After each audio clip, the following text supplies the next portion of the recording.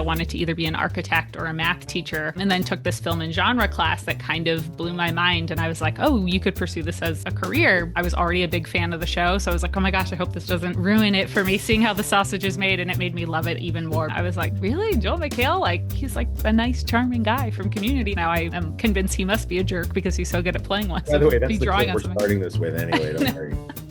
Yeah. Joel McHale's an asshole. He's too good at it. Hey everyone, I am Rafi Salem back with the Manhattan Edit Workshop. As always, we have Josh Apter and Jason Banky, but today, special guest, Joanna Naugle. Did I get your name right? Perfect. Yes, that's like excellent. All right. So the way this is going to work is that I'm not going to say anything. Josh is going to introduce Manhattan Edit Workshop, introduce Jason. Jason's going to introduce you, and take it away. Well, you didn't mention this is the special Super Bowl edition of Talking MEWShop.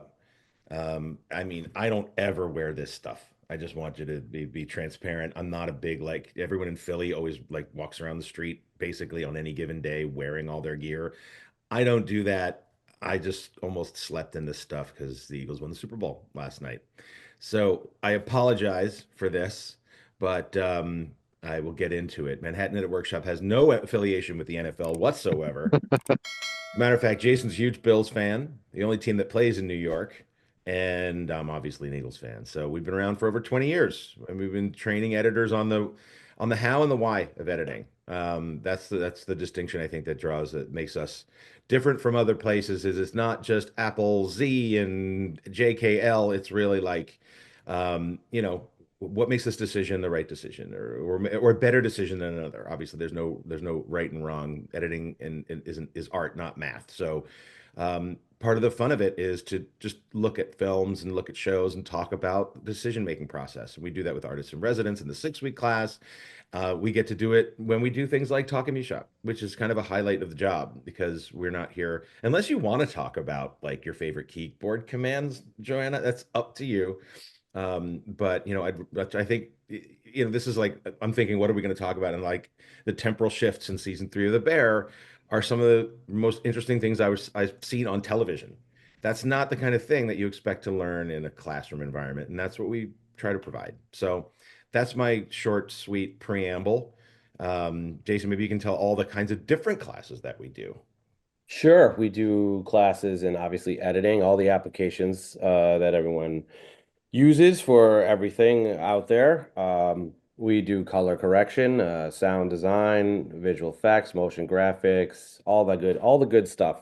But like Josh said, we also have a class that we actually had Joanna as an artist in residence as our 6-week art of editing, which is much more deeper than just the buttons. So it's about the why, which is why we love having people like Joanna on, because clearly the Bear, one of the only many things you've worked on, but the Bear is not just something that you put in AI and it spit out something. I hope not. And then we're both very, very. But we had Joanna on a Sights on a Story event, and you can go check that out with her colleagues for the Bear. But we had you come in and talk to our students and look at some of their stuff and everything. But we wanted to have you on here because we did want to talk about the Bear, but you've done a lot of really different things.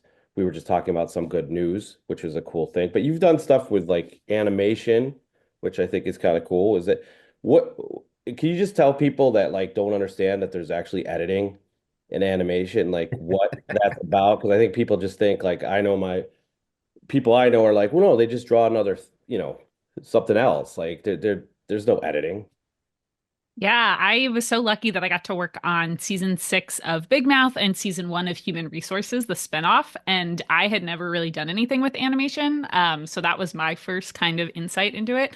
And I was actually doing like almost at the beginning of the process, I was doing the first radio play. So I would like sit in on the recordings with the different actors and then basically make a podcast version of the episode that then the animators would edit to. So it was so cool to be have to work within the constraints of only using music, sound effects, and dialogue to tell a story and make sure that it was still working and reading. And we just have like text cards on screen of like, here's what we'll go here. And so it really made me appreciate even more like sound design. And you can get so specific with the different parts of the takes you're using because obviously if you're not seeing picture, you can say, okay, let's take the beginning of this take, the breath from this one, and then this from the like dialogue library, they have this laugh from Nick Kroll that works really well for this moment.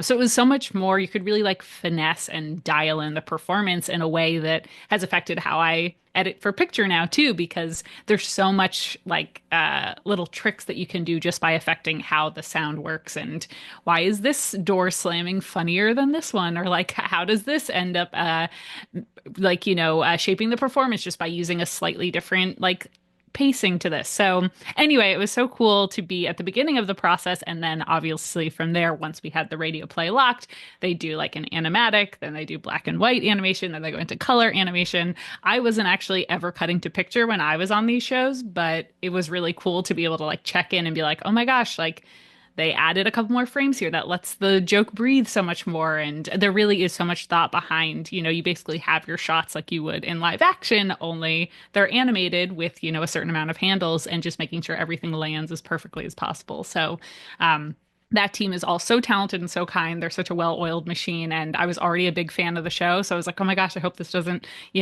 ruin it for me seeing how the sausage is made. And it made me love it even more because everyone's just so talented and good at what they do. Can I ask a very specific question? What makes one door slam funnier than another? I'm sure you've got that's a great observation, but like, what's Yeah. funnier? I'm We had asking. so many conversations of like, okay, would Jay's door be really creaky? Would it be funnier if it's like really fast? Would it be great if it's like, you hear the effort of like, ugh, but then it's like a really small, like, like smash. Hmm. So it kind of depends on like, in these really comedic, shows, you kind of want to end every scene with a laugh, ideally. So sometimes if there wasn't like a really strong written joke, it was like, okay, what can we do with the sound effects to make it feel a little bit more like punctuated or a little bit like, okay, before we switch locations, like, is there a little something that can just be like a chuckle before we switch to something else? And the cool thing about animation too is you can kind of constantly rewrite it. So that's why I think Big Mouth is so tight and so funny is because, if you were film something in live action and you're like, oh, we'd have to do a reshoot to get this joke again. Like, you're obviously not going to do that. That's going to be really expensive. But if they're like, we have John Mulaney in the booth again next week for the next, episode, let's just get him to make a joke about the Eagles winning the Super Bowl that's going to be way more relevant, even though we've been working on this for 5 months. It's Hmm. really cool how they can update that. And I think that's what makes it feel so fresh, even though it takes, like 2 years to make a season of the show. It really feels relevant because they can constantly kind of punch it up and make sure that it still, is going to hit and all the jokes will still land. It's interesting. It sounds like you're cutting with your ears. You're using different senses, and Yeah. so you hear what's funny. And how do you bring that, or do you bring that to cutting? More of a conventional show. Do you feel like that once you've developed that muscle or that discipline, you're hearing picture editing differently when there is performance on screen? Yeah, definitely. And I think earlier in my career, I was like, we're going to have somebody else do the sound mix and design. Let's let them do it. They'll do it so much better than I do, which is absolutely still the case. But I think just appreciating how much having solid temp sound effects and a sound mix while picture editing really just gives you a better sense of, is your cut working? Is it not working? Like, I think a lot of times people might be like, oh, this keeps bumping me here. It must be something wrong with like the picture cut. And then you realize, oh no, it's just because you can hear like, the background audio changing. And as soon as you smooth it out and add like a sound effect, it makes such a big difference. And I mean, in The Bear, I feel like our cuts wouldn't work as well if we were like, okay, here's the scene in the kitchen and imagine you can hear all the stuff going on in the background. Like that's not really selling the full ambience and the full, layers of what would be happening. And a prime example of that is in season one, we have the one take episode where things are spiraling out of control. And even though that was a real oneer, I spent so much time doing all the sound mix of like, or temporary, sound design of like, what are all the different things that you would be hearing in the kitchen to make sure we could still reach this, level of stress and intensity that so far in the show we had always achieved with fast cutting. What if we didn't cut it all? Could we still achieve that? So it was really fun for me to, do a very detailed kind of temp sound design. And when it went to our sound mixer, Major Giamaria, he was like, this is the best like temp sound mix I've ever gotten. And I was like, well, if everything was a oneer, I would, get such a head start on that. But yeah, it really is. I think it's so helpful in really understanding if a scene is working or not, just to do like some type of temp sound design. And that's something I would encourage any editor starting out is, okay, once you're feeling pretty good about the cut, spend 2 hours and like find like what that phone ringing sound effect is going to look like. Put in like an ambience of what, the outside sounds like. And I think that really will make people even more impressed with your edit because they're not distracted by, oh, we should be hearing this here, or like you don't feel like you're fully immersed in the world. So definitely a worthwhile time, even if you're a picture editor. Definitely spend a fair amount of time on your audio too. So I I also love the fact that you said earlier in my career because we just interviewed someone in their 80s and you do Oh, not look like you're in your 80s. yep. So when you say earlier in your career, can you give us a little bit of history? How you got into, were you born into the industry? Did you have to fight off someone to get where you were? I'd love to hear some background. Yeah, sure. Very much not born into the industry. I'm from Scotch Plains, New Jersey, which now I know Josh and Jason familiar with. It's in Union County, kind of central Jersey. My parents are both physical therapists, so they were always very encouraging of us making little videos, with me and my siblings or pursuing our creative passion, but they were like, we support you. We just have no idea kind of how to help you besides being like, keep going. We encourage you. So I took a film and genre class in high school. I actually went to a high school for math, science, and technology, thinking I wanted to either be an architect or a math teacher. And then took this film and genre class that kind of blew my mind. And I was like, oh, you could pursue this as a career. That's interesting. And I did a high school film workshop that was all about movie making, and then applied to NYU and a couple other film schools. And when I got into NYU, I was like, okay, I think this is a sign I should pursue this. But it was kind of a little bit of a leap of faith. Like I didn't know anybody who was working in the industry. I didn't know exactly what I wanted to do in terms of filmmaking. I was like, maybe I want to produce. I'm really organized. Maybe I want to write. Like that sounds really fun. I like working on my own. And then I took a class sophomore year called Sight and Sound Film, where we actually shot on 16 millimeter film and cut it together on Steenbecks. And I was like, oh my gosh, this is what filmmaking is. Like you're literally writing the final draft of the script. If you take one thing and place it next to the other, you can create an emotion out of, just celluloid. And something about doing it in that really manual way made me appreciate how much thought goes into every single cut. And I'm very grateful for digital editing software, and we can just Control Z and make a billion versions. But I think it was a great foundation, and very formative for me in terms of this is really what I want to do. So from there, I just pursued, a bunch of editing classes, edited a bunch of my friends and classmates' thesis films. And that was like the first time I got to kind of practice, like, how do you put your stamp on something as an editor while still serving the vision of a director? And, your bedside manner as an editor, I think is so much a part of who you are as a collaborator. So it was such a great learning experience because they didn't really know how to direct. I didn't really know how to edit. It was the perfect time to like experiment and start to gain some confidence there. And then, yeah, decided I wanted to, be an editor from that point on. And so wait, you're cutting on Steenbeck because of the discipline, not because they didn't have any other alternatives. It was just this is a great way to learn. Correct. Yeah. So that was like the sophomore year experience. Now they actually don't have the Steenbecks anymore. I think my year or the year after was one of the last ones, but it was really just to make you like focus on, the process of cutting and kind of have an appreciation for that. But afterwards, like junior year onwards, we had classes where we learned Avid and at the time Final Cut 7. So after that point, we were cutting all digital. But it was very romantic to be like, in the Steenbeck, hunched over, organizing all my little dailies. But it was so hard just for like my 3-minute short film. So I can't imagine. So much respect for all the assistant editors and editors who came before organizing rolls and rolls of film. That must have been crazy. I Yeah. wish they still did that. Like I wish that I know that they don't make enough film or whatever to do that stuff, but I feel like you learn like I had to make a silent, I'm sure Josh had too. I had to make a silent 3-minute film. Yeah. And it was like the toughest thing. And you start there, you start to build how you build a story from scratch, not with, you can learn all the programs, that, but the story process, I mean, yeah, it's too bad they don't do that anymore. Yeah. No, Yeah, I know. the decision making is so much a part of it, and I think that the respect you give to not just because it feels more permanent, but it feels more there's more mass to it. I don't know, but it's like I wonder. I know people who only learned on digital, Hmm. and the ability to make a million cuts sometimes results in the inability to make a decision. Hmm. And it's or the sort of instinct, like I want to make it perfect. So they end up like really having like these sort of like they micromanage the entire thing.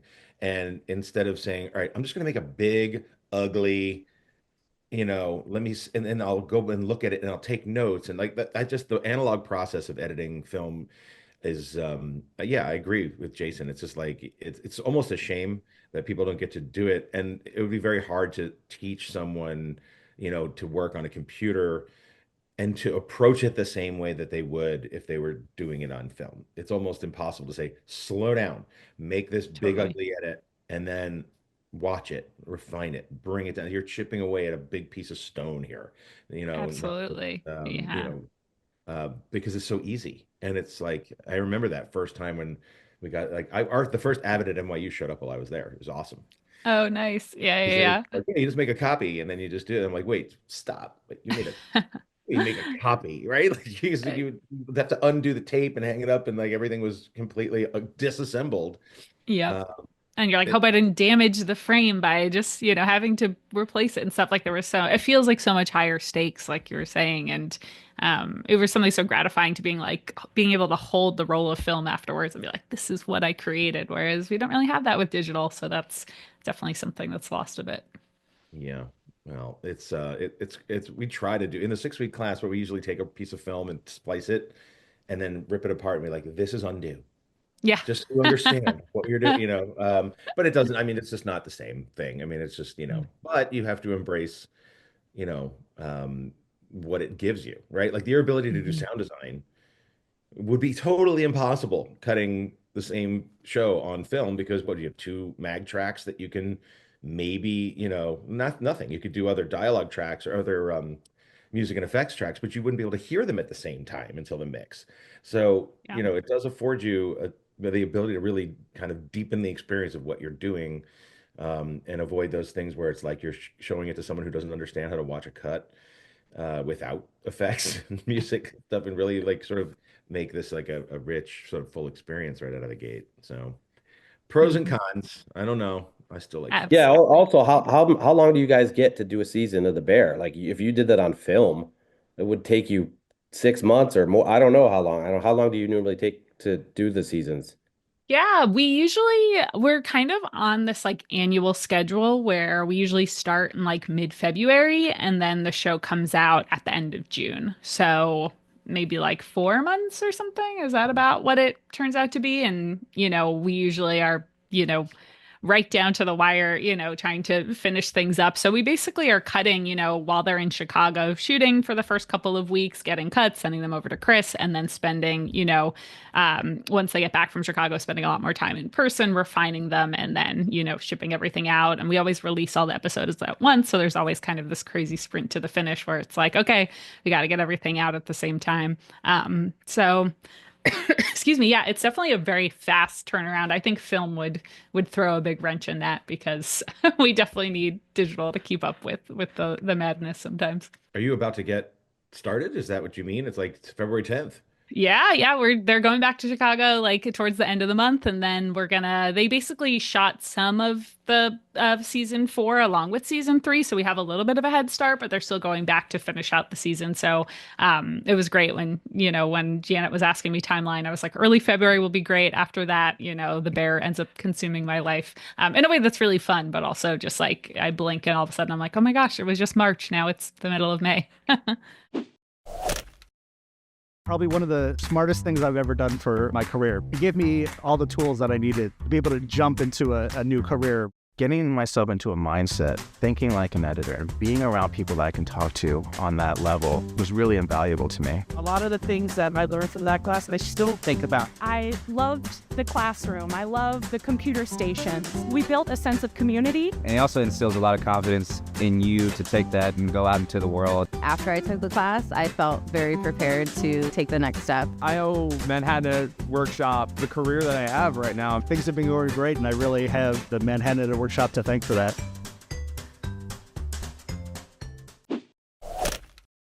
Well, one of the things that we've talked about in this series over the past 2 years is the whole COVID thing, working remotely, working from home, working in an office. But what has been your experience between, you said, Brooklyn and New York and Chicago, and have you spent time anywhere else? Yeah, so I was working on season 2 of Ramy when the pandemic hit. And I remember everyone was in our offices. I'm a partner at a post house called Senior Post in Dumbo in Brooklyn. And so we were cutting there and everyone was like, take what you need to work from home for 2 weeks. We'll go work remotely and then we'll be back. And obviously that turned into closer to 2 years. But it really was crazy how quickly, everyone had to adjust to this remote workflow that you weren't really prepared for. And I was like sending Ramy like clips over iMessage of like, is this what you meant? Because like we hadn't even fully figured out like Zoom screen sharing. Like it was a mess. I'm surprised that we got through it. But it was also a lot of time spent, in those early days of like, okay, I added this sound effect to my drive. Here it is. Download it, put it here, and make sure it's mirrored. Like there was just so much kind of like organizational stuff that went into making sure all our drives were mirrored. And that was really, really frustrating. And then by the time I was cutting like the pilot for The Bear in season 1 of The Bear, things had already changed so much. And we use a program called Lucid Link that hosts all of our media basically in a cloud so that when we're working remotely, everyone has access to the same media. And then we use Adobe Productions to have like a shared project where you can see like, oh, this project is locked. It's basically, I think, Adobe trying to compete with Avid's like shared project structure. And it's worked great for us and is really awesome to be able to work from home, 2 days a week and then be like, okay, we're going to all come in and work in person on Wednesday. And it's not like you have to bring the drive or you have to worry about making sure the project file was, copied over. Everything is in the same, structure. And so you can just pick up where you left off. So it's worked really well for our team. And I personally love the ability to have both sides, have my cake and eat it too, where when I'm doing my editor's cut, I just want to be at home. I want to like, close the door and not have to interact with anyone and just zero in on the edit. But I love also the ability to like get lunch with the post team, or obviously when the producers are back, sit with them and work in person. So I love kind of the hybrid approach. And so it's nice to be in Brooklyn where it's relatively easy to get to the studio, but also have, a suite at home where I feel like I can do my best work here as well. Wow. So we usually look at that punctuated with complete dead air. Yeah. We agree. Like Great. It was so mind-blowing for me to okay. talk about a hybrid workflow. You're just seriously, that was the final statement on hybrid work. there we go.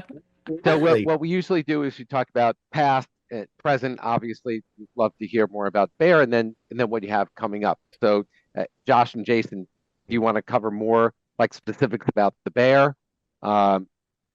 Well, I mean, I think other we were talking before you got on, like they all feel like different, they sort of, I'm not sure if they intentionally attack different ideas season to season, but God, and I wish I could have watched it again before we spoke, but I feel like that in remembering it, there was this recurring image of the picture that he's like, that is shown while he's overseas learning, and he sends a picture to his brother who shows it to, I don't know, the characters' names are going to all like Tina, yeah. I think they're all family, and of course I don't know any of their names. But the focus on different details in different times and different places, and the arc of 3 is not long, right? I mean, I guess the sort of, because they're about to get reviewed. They're about to get whatever stars or Michelin ratings or whatever it's like going to make or break them. And we don't even know what happens. That's the funny, the cliffhanger is this thing like you would think the season would be, the jumping off point would be that review. and you Right. sort of hold everything and you show all of this sort of historical and sort of emotional information. But what are the arcs you're dealing with, and how much time does it really take to get through season three and sort of like progress time? Yeah, I mean, it was so the thing that I love about working with Chris Storer, who created the show, is I feel like he never wants to like do the same thing twice. So it feels like every episode and every season, he's like, okay, what if we did, an episode that had 116 scenes, like the premiere of season three, where it's just like basically one long montage. And then we follow that with episode 302, which is one scene and everyone just around the kitchen yelling at each other in real time for, 25 minutes. So it's really fun to know that, each episode is going to be really different. Then we go on to episode 303, which is like this operatic, montage of seeing everyone trying to get their act together, which was cut by Adam Epstein. He did an amazing job.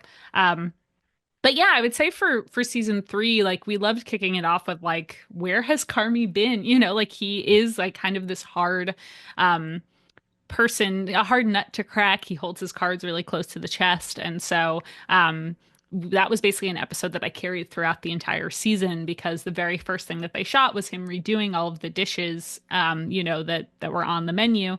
And so I had all that footage. And then every couple of days, they'd be like, okay, now we got the sugar airport scene. Okay, now we got Sydney getting the dish. Okay, now we got, we shot the episode with Mikey and Tina. Now we have this conversation. So it was really fun to keep coming back to it and kind of like slowly keep adding more to this, puzzle that we were assembling. And I was very strict with like my color coding of like, okay, all the Copenhagen stuff is going to be orange.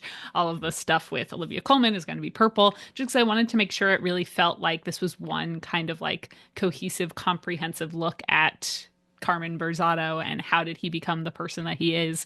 And I think anybody, I think that Response got a lot of really good feedback, especially from people who work in the arts and filmmaking, because I hopefully everybody can relate to that feeling of having this dream and wanting to do something and how you're a sum of all the people who believed in you and the people who didn't believe you and the moments with your family that were encouraging and the moments that felt like a setback and they didn't understand what you were trying to do, and refining your work over and over again and all the like roadblocks that then led to creative inspiration. So I love trying to put that all in one place. And we always knew it was going to be this one long montage to this beautiful song by Trent Reznor and Atticus Ross. And I basically was using their song while cutting. And then once we picture locked, they did a more kind of like customized version of the track, which was just amazing since I'm a huge fan of their work. So I was like, this is dream come true. So yeah, talking about, Josh, like you said, like having that photo that then comes back. Like I think Chris is so smart about having these little tiny details that, link the past and the present and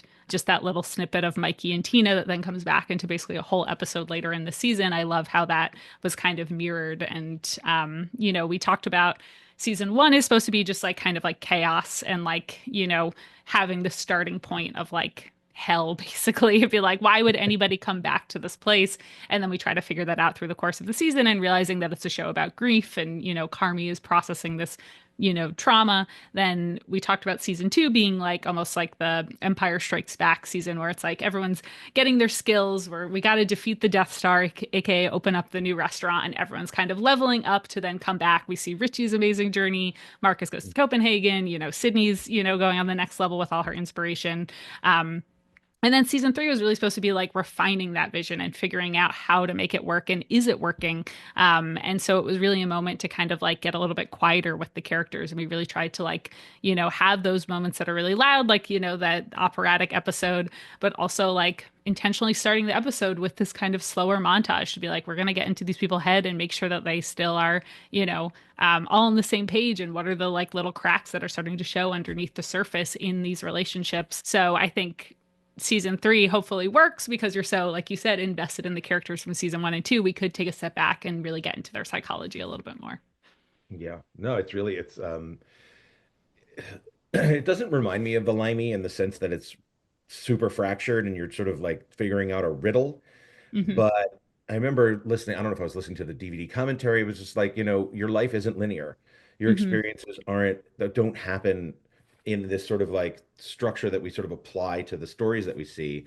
And so why wouldn't you show something that happened, years ago up against this? Like they obviously connect emotionally. So Mm-hmm.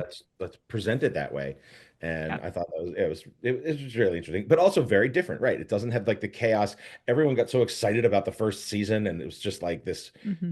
kind of chaotic thing. And that I guess that crazy oneer that you guys did, and um, yeah, it's matured, Hmm. right? Like it's almost like it's a reduction, right? If you're going to use a food thing, like it's just like there's something about the elements of this third season that seem very refined.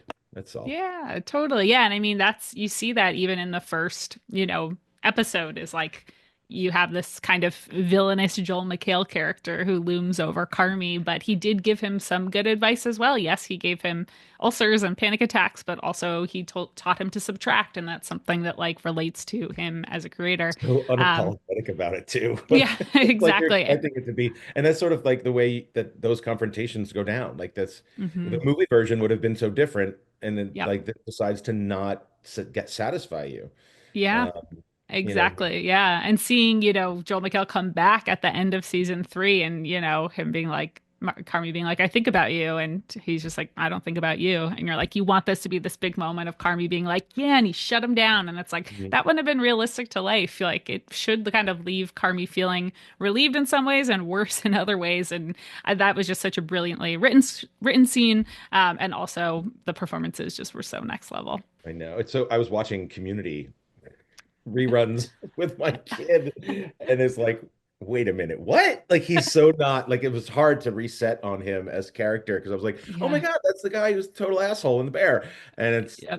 but he's so completely like sitcom perky in Community. It's like it's that took me, but that's a coincidence. That's not for everybody. I'm sure not everybody has to like forget him from Community to appreciate him in The No, Bear. I was surprised too. I mean, when we saw him in, in season 1, I was like, really? Joel McHale? Like, he's like the nice, charming guy from Community and The Soup. And then, I was just now I am convinced he must be a jerk because he's so good at playing one.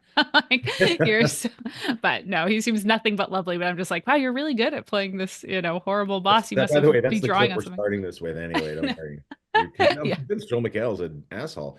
Uh, He's too good at it. Yeah. No, I think he's long-term friends, obviously from Community with Gillian Jacobs, who's also in the show and yeah, Chris's yeah. partner. So Mhm. it's all I think it was like an old friend that he was like, yeah, I think let's show a different side of him. And he haunts Carmy and haunts the whole audience in a great way. Yeah. No, it was It's weird to see pretty. her because I was like, I didn't know you wouldn't know who she is Hmm. unless and so I'm like, wait, like, is this a Community reunion? Yeah, It's like, exactly. when's Chevy Chase going to show up? Yeah, I have not seen him in the footage yet. Who knows what they're writing, but no. I doubt Well, it. it's great. It's crazy how you draw people like not you but you guys draw so many people to come and want to work on the show. Mhm. It must be like, oh gee, who we getting this season? Like who's related to who? Like I feel like you were like even small characters want to be on the show. That must be something like I can't think of the actress's name. She was on the I can't think of her name. She was the queen, and she just Oh, appeared. Olivia Colman. Yeah, Hmm. it's just like Yeah. wow, like, and that's just a small portion. I mean, it's a major influence on Richie there, but like it's like and Carmi, but like it was like you just find these people and they're just amazing. Like I don't know, it must be Mhm. something interesting to open up your project and or get your notes and see that oh, this is the person now being on here that has only 5 minutes in the entire show. Yeah, it was really fun to hear the like rumors of who was going to be in the Christmas episode, and I was like, all right, we'll see. Like Bob Odenkirk, cool. And then all these people, signed on, and I was worried that it was going to feel like everyone was kind of competing with each other too much for like screen time or like not gel, but like it worked perfectly to have all these like huge kind of larger than life actors then playing this really dysfunctional family and but also believing that there's been years and years of holiday events that these people have, you know, experienced together and they have this shared history. And I'm really impressed by how, with Chris's directing, they all just kind of like were believable in these different roles and played off each other really well in a way that made you feel like it was really believable, but also was like a showcase of all of their acting talents. And do you want to talk about what's coming up for you, or are there any secrets? Do you want to have like and if you tune in next time, are you Joel McHale's really an asshole. That's really the big secret. That's the takeaway from No, Talking no, MEWShop. But no. The dailies, he's so lovely and is literally I'm like, I'm just so sorry to be saying this to you, Jeremy. so I yeah. Well, you can't give it. You don't. Do you know season four? I mean, I don't want to just have this be like a completely bear dominant conversation either. What other stuff is happening to you and to your post facility? Yeah, so yeah, we're excited to get back into season four. And until then, I cut a feature film this past year called Wet Under Blue Sky. That's the directorial debut of Octavio Pisano. And it's basically about a boxer who's slowly losing his mind because of like CTE. So it was really fun as an editor to be able to, again, do something that's way more nonlinear and kind of wants the audience to feel like they're also going along this journey of kind of losing a grip on reality.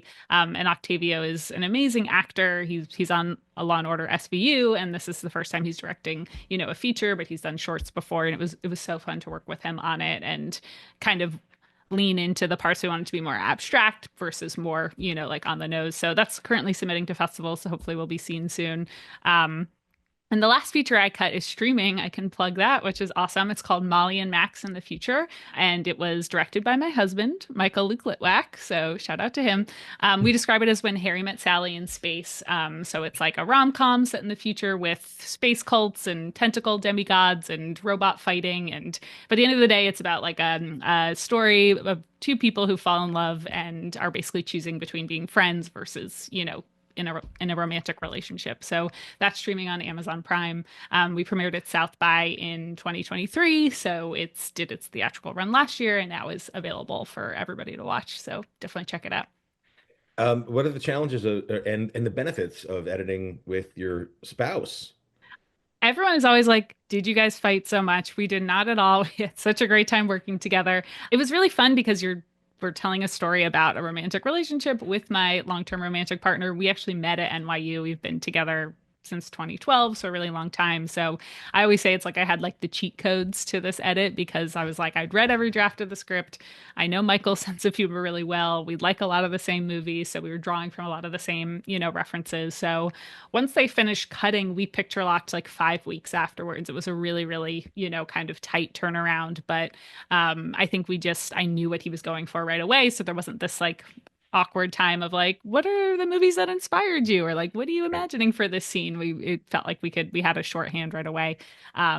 So anyway, that was really, really fun, and it was a really relatively small team, so it was mostly just us and our dog, at home doing the editing, and we'd like, be working and then eat dinner and be like, oh, I had this idea. Should we just try it? So it really was flexible in terms of how we could work on a unorthodox schedule, but also know when to take breaks and when to ask for feedback from other people. So yeah, it was a great experience, and I think that's incredible that your dog can edit also. That's truly She's our incredible. number one PA. She does a lot of Wow. work, a lot of emotional labor happening for Maple. So shout out to her.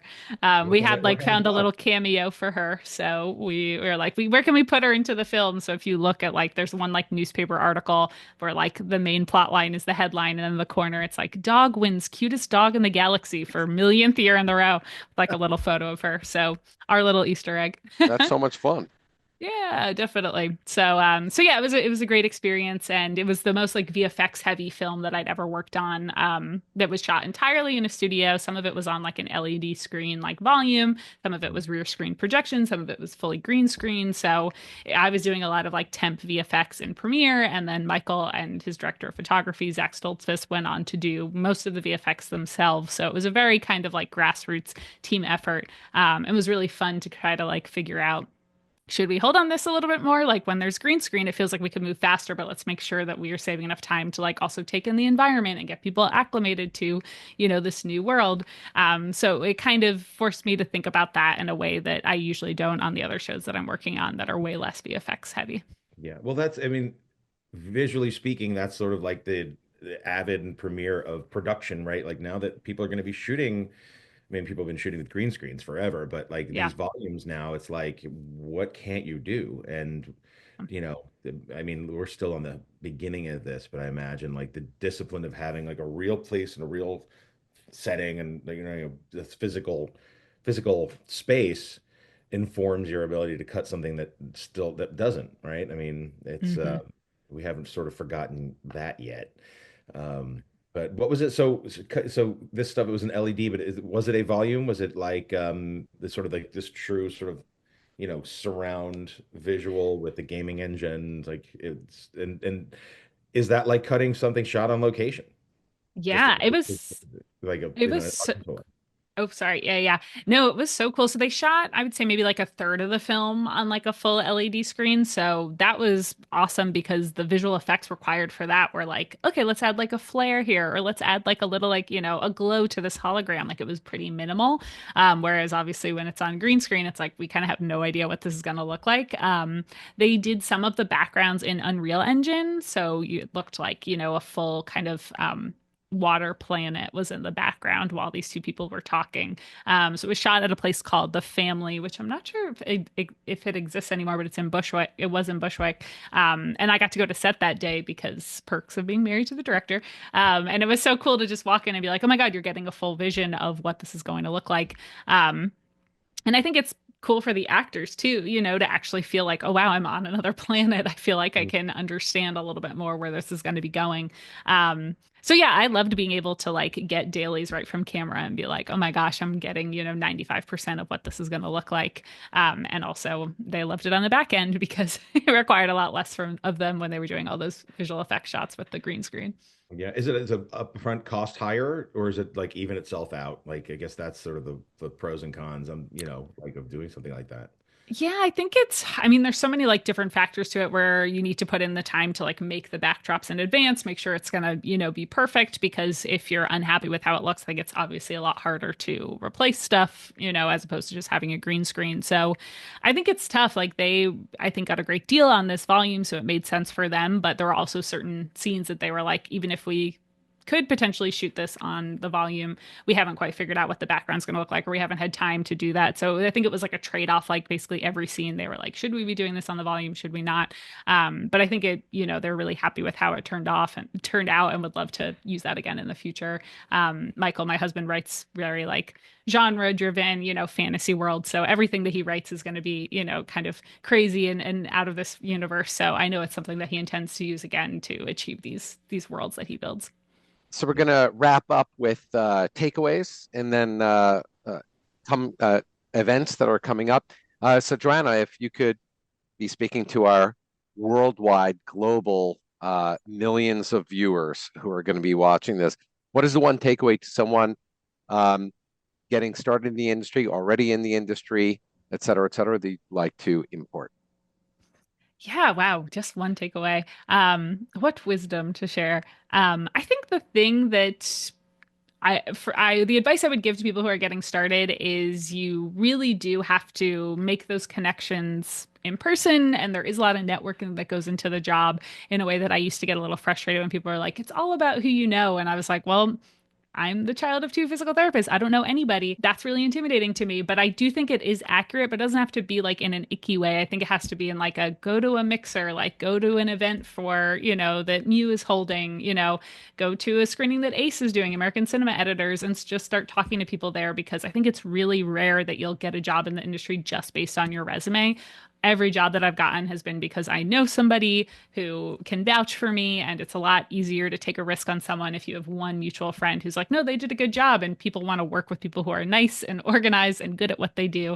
So anyway, I'd say if you're like looking for a way to get started, obviously know the programs really well. Take courses if you don't know the programs yet, but also go out of your way to make connections with not just editors, but like assistant editors, post PAs, post producers. You never know. You kind of, excuse me, you kind of just need that first person to like take a chance on you and say, okay, I believe that you're going to be able to do this. And that's kind of what happened with me. I needed one person to be like, yeah, she can cut this feature film, even though she hasn't cut one before, because otherwise you get into this chicken or egg situation where it's like, well, you've never cut a TV show before, so why would we hire you to cut a TV show? And it's like, how is anyone going to get anything if you don't build up those relationships with people, build up that trust, and then hopefully when they get bigger and bigger opportunities, that will also lead to them taking you along with them and just continuing a lifelong collaboration. Sounds amazing. Josh. How could I say it better than that? That was awesome. No, I think that's, I mean, I'm not giving a takeaway, am I? Like that? I mean, What? look, I think that you said something Whatever really you want. well, the bedside manner of an editor is really important, and I think that's something that that's harder to teach because the sort of I'm not going to say the default emotional position of an editor is like cave dwelling loner. Sometimes it's like you do this job because you want to be by yourself in a room working the footage. Like there's some solitariness to the job, but you also have to be able to work with people and collaborate and be okay not being too rigid on your decisions because you might lose every battle that you wage, but that has to be okay. And some editors are okay with that and some aren't. And there are times in the 6-week class that we've had people come out of it saying like, I'm so glad I took this class. I realized I'm not an editor. Yeah. They understand editing better, but they also understand that they don't have the temperament for it. Yeah. Which I think is incredibly valid result of that class. But it is much more that obviously you have to have talent, but you also have to have an interpersonal skill set that isn't necessarily inherent to that job description. You wouldn't think, wait, I have to be part P.T. Barnum, part therapist, part artist, part it's so I thought you said that very, very eloquently. And yeah, it's a multifaceted type of thing. I'm not sure which is more important. Obviously, you gotta have skill, but like if you're a jerk and you have a lot of skill, it's gonna, that's a problem. So I'm a jerk and I have no skill. So think about I'm like, 2 steps behind here. Jason, takeaway, and then let us know what's happening at the Manhattan Edit Workshop, please. Sure. I don't really have more than takeaway than what you guys just said. I mean, other than your dog can edit, that's a big one. So you don't really need to be good with people if your dog. No, we have our next 6 week is in March, and we have editor Mark Hartzell. If you can look him up, he's done a lot of good work at Last of Us, Dune Prophecy, bunch of stuff. So that's coming up in the middle of March. So that's something to look for. Great. So Joanna Naugle, thank you so much for joining us. We really appreciate your time, and we appreciate your work as a professional, and we're looking forward to the next season and the next season. And I'd like to see a film about a dog who's an editor. Like that to me, would make the world I'll get a better Michael on place. it. We have a great dog that we could put up for the main role, so we're already 1 step ahead. We got cast attached, and we don't even have a script. Very cool. All right, we'll right back into it. We'll back into that. Yeah, all right. There we go. Thanks for everyone. having me, guys. Have Thank a you great so day. much.